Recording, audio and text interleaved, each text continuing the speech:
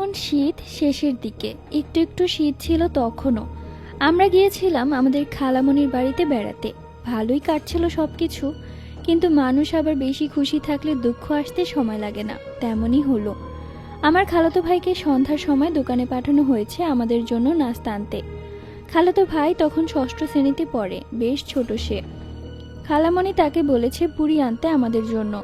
সে গেল আনতে। দোকান ছিল অনেক দূরে, আর সেই রাস্তা দিয়ে মানুষ চলাচল কম করে, গাড়িও কম চলে, তাই মানুষ দোকানে হেঁটে যায়। সে পুরি কিনে দোকান থেকে ফিরতে ফিরতে প্রায় এশারে আজানের সময় হয়ে গেছে। সে দোকান থেকে হেঁটে হেঁটে আসছিল। কিছুক্ষণ হাঁটার পর সে অনুভব করলো তার পেছন পেছন কেউ আসছে।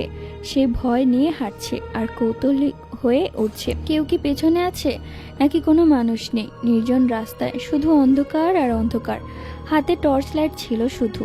পরবর্তীতে কৌতূহলবশত অনেক ভয় নিয়ে পেছনে টর্চ লাইট মারল আর দেখলো 3টি কুকুর। আর সে এমনিও কুকুর দেখলে অনেক ভয় পায়, কারণ ছোটবেলায় কুকুর তার গালে কামড় দিয়ে গালের গোস্ত ছিঁড়ে ফেলেছিল। সে কুকুরগুলো দেখে ঘাবড়ে গেল, অনেকক্ষণ দাঁড়িয়ে থাকলো সেখানে, কিন্তু কুকুরগুলো নাকি তার পিছু ছাড়ছে না। এক জায়গায় দাঁড়িয়ে আছে তার সাথে। রাস্তা হচ্ছে নির্জন, কেউ নেই, মানুষ দূরে, আশেপাশে কোনো বাড়িঘরও দেখা যাচ্ছে না। সে ভয়ে ভয়ে তাড়াতাড়ি হাঁটছে। পিছু পিছু সেই 3টে কুকুরও আসছে। কুকুরগুলো তার পিছুই ছাড়ছে না। তারপর অনেকক্ষণ এইভাবে হাঁটলো, কুকুরও তার পিছু পিছু আসছে। এক সময় তার ভয় আরো বেড়ে গেল। সে দৌড় দিল, পিছনে কুকুরগুলো দৌড়াতে লাগলো। একটা তো তার গায়ে ঝাঁপিয়ে পড়লো। সে কুকুরটাকে দূরে ঢেলে দিয়ে দৌড়াচ্ছে। দৌড়াতে দৌড়াতে সে একটা বাড়িতে গিয়ে ঢুকলো। অনেকক্ষণ বাড়ির ভেতরে ছিল। আবার যখন বাড়ির বাহিরে আসলো তখনও দেখলো কুকুরগুলো সেখানেই দাঁড়িয়ে আছে এখনো। সে আবারও ঢুকে পড়লো এই বাড়িতে। তারপর তাদেরকে গিয়ে বলল। পরে একজন পুরুষ তাকে বাড়িতে পৌঁছে দিল। বাড়িতে এসেছে, এত ভয় পেয়েছে শুধু কাঁপছে, হাত পা ঠান্ডা হয়ে গেছে। খালামণি তাকে জড়িয়ে ধরে রেখেছে অনেকক্ষণ, কিন্তু তার ভয় যাচ্ছে না। সে আমাদের বলেছে আর কান্না করছে। এত ভয় পেয়েছে যে মৃত্যুর পথ থেকে ফিরে এসেছে। খালামণিও কান্না করে দিয়েছে তার সাথে। খালামণির একটা মাত্র সন্তান সে, আর কেউ নেই। এখনো ভয় পায় সে কুকুরকে দেখলে। 2 বার কুকুরের হাত থেকে ফিরে এসেছে। আল্লাহ জানে তার ভবিষ্যৎ এবং বর্তমান কি হয়। ইনশাল্লাহ যেন সুন্দর হয়। আমি ভাবছি যে ওই কুকুরগুলো কি ছিল। সো তোমাদের এই ঘটনাটা কেমন লেগেছে অবশ্যই কমেন্ট করে জানিয়ে দিও। অ্যান্ড আমরা চলে যাব আমাদের নেক্সট ঘটনায়। গল্পটি আমার কাজিন জান্নাতের। ও মাদ্রাসায় পড়াশোনা করত, দেখতেও মাশাল্লাহ। একদিন রাতে জান্নাত আর ওর সব থেকে প্রিয় বান্ধবী মারিয়া দুজনেই তাহাজ্জুদের নামাজ পড়ে শুয়েছিল। ফজর আজানের মাত্র 20 মিনিট বাকি ছিল, তাই ওরা ঘুমায়নি। ওরা দেখে মাদ্রাসার ওপর তালা, মানে মাদ্রাসা 6 তলা ছিল আর ওরা ছিল 4 তলায়। দেখলো 5 তলা থেকে 6টা বাচ্চা নামছে। মারিয়া বলল, এই মেয়েগুলো কোন ক্লাসে বলতো? কিন্তু চোখের পলকেই মেয়েগুলো উধাও হয়ে গেল। এর কিছুদিন পরে ওদের পরীক্ষা, তাই ওরা 5-6 জন মিলে রাত জেগে পড়াশোনা করার সিদ্ধান্ত নেয়।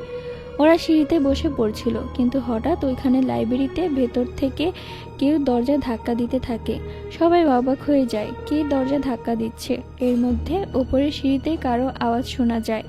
ওরা প্রচণ্ড ভয়ে কাঁদতে থাকে। পরে পুরো মাদ্রাসা দোয়া-দুরূদ পড়ে পানি ছিটিয়ে দেয় পরীক্ষা শেষে। তাই একেবারে শেষের আগের দিন রাতে ওরা অনেক মজা করে। জান্নাত, মারিয়া আর ওর 2 জন ফ্রেন্ড আড্ডা দিচ্ছিল। ওপর থেকে পানির শব্দ আসে, তাই মারিয়া আর জান্নাত দেখার জন্য যায়। গিয়ে দেখে কল বন্ধ। ওরা অবাক হয়ে যায়। মারিয়া বলে, চল আমরা চলে যাই। জান্নাত বলে, আগে তুই নাম, আমিও নামছি। মারিয়া চলে গেলে জান্নাত দেখতে পায় একটা ছোট্ট বাচ্চা ছাদের দিকে যাচ্ছে। তাই ও বাচ্চাটাকে থামানোর জন্য যায়। গিয়ে দেখে বাচ্চাটা ছাদের দেয়ালের ওপর বসে হাসছে। এসব দেখে ও ভয়ে জ্ঞান হারিয়ে ফেলে। ওকে নিচে নিয়ে আসা হয়, তাবিজ দেওয়া হয়। সো এই ঘটনাটাও তোমাদের কাছে কেমন লেগেছে অবশ্যই কমেন্ট করে জানিয়ে দিও। আমরা চলে যাবো আমাদের নেক্সট ঘটনায়। আমরা অনেকেই হয়তো অনেকের কাছ থেকে আদমখোরের কথা শুনেছি। আদমখোর হচ্ছে এমন এক জিনিস যা বিভিন্ন কবরস্থানে লাশ ঘর থেকে মৃত মানুষের মাংস, কলিজা খেয়ে বেঁচে থাকে।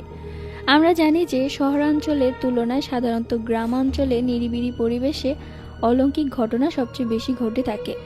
শহরে যারা বাস করে তাদের হয়তো এটা বিশ্বাস নাও হতে পারে, কিন্তু যারা গ্রামে থাকে তাদের কাছে এইসব ঘটনা নতুন কিছু নয়। এই ঘটনাটি ঘটে চাঁদপুর জেলার মতলব উত্তরের কোনো একটি গ্রামের রাস্তায়। তখন রাত প্রায় 2টা বাজে। এই ঘটনাটির শিকার একজন সিএনজি চালক, তার নাম ছিল রফিকুল ইসলাম। রফিক তখন তার সিএনজি নিয়ে বাসায় ফিরছিল। সে হঠাৎ দূর থেকে দেখতে পেল দুজন মধ্যবয়সী হুজুর তাকে সিএনজি থামানোর জন্য অনুরোধ করছে। তা দেখে সে থামল এবং একজন হুজুর তার সাথে কথা বলল। হুজুর বলল, ভাই আমরা খুব বিপদে পড়েছি।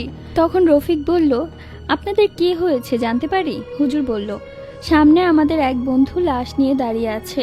ওই লাশটাকে নিয়ে আমাদের সামনের গ্রামে যেতে হবে। তুমি কি আমাদের পৌঁছে দিতে পারবে? রফিক কিছুক্ষণ ভাবলো, তার মাঝে ওনাদের জন্য দয়া হলো। সে বলল, আমি আপনাদের পৌঁছে দিব। হুজুর বলল, ধন্যবাদ তোমাকে। এটা বলে দুজন সিএনজিতে উঠে পড়ল। কিছু দূর যেতেই রফিক দেখলো আরেকজন হুজুর লাশ নিয়ে দাঁড়িয়ে আছে। লাশটি সাদা কাপড় দিয়ে পেঁচানো। রফিক ওনার সামনে সিএনজি থামালো। এরপর 2 হুজুর নামলো। ওনারা 3 জন মিলে লাশটিকে নিয়ে উঠলো। তারপর তারা রফিককে সিএনজি চালাতে বলল, আর একজন হুজুর ওর সাথে কথা বলতে থাকলো। হুজুর বলল, সামনের গ্রামে যেতে কতক্ষণ লাগবে? রফিক বলল, প্রায় 40 মিনিট। তখন হুজুর বলল, তুমি পেছনের দিকে চাইবে না, লাশের অবস্থা বেশি ভালো না, দেখলে ভয় পাবে। রফিক বলল, আচ্ছা হুজুর।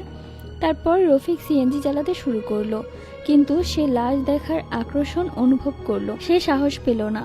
এর 5 থেকে 6 মিনিট পর সে এক অদ্ভুত বাজে শব্দ শুনতে পারল। এক অজানা ভয় তাকে গ্রাস করলো। সে তার মনের ভয় দূর করার জন্য সামনের লুকিং গ্লাস দিয়ে পেছনের দিকে চাইল। চেয়ে যা দেখতে পারলো তা সে কেন আমরা কেউ কোনোদিন ভাবতেও পারেনি। সে দেখল ওই 3 হুজুর লাশটিকে ছিঁড়ে ছিঁড়ে শকুনের মতো খাচ্ছে। কেউ কলিজা তো কেউ বুকের রক্ত পান করছে। তা দেখে সে চিৎকার দিয়ে অজ্ঞান হয়ে গেল। যখন তার জ্ঞান ফিরল তখন সে হাসপাতালে ভর্তি। তার সারা শরীরে ব্যান্ডেজ। তাকে সকালে রাস্তার পাশে একটি খাল থেকে উদ্ধার করা হয়। সে এখন সুস্থ আছে, কিন্তু ওই দিনের ঘটনার পর থেকে সে আজও সন্ধ্যার পর আর সিএনজি নিয়ে বের হয় না। তাকে আজও ওই দিনের ঘটনা তাড়া করে বেড়ায়। সো এই ঘটনাটা তোমাদের কাছে কেমন লেগেছে অবশ্যই কমেন্ট করে জানিয়ে দেও। আর দেখা হবে নেক্সট কোনো ভিডিওতে। এই পর্যন্তই, সবাই ভালো থেকো। আল্লাহ হাফিজ।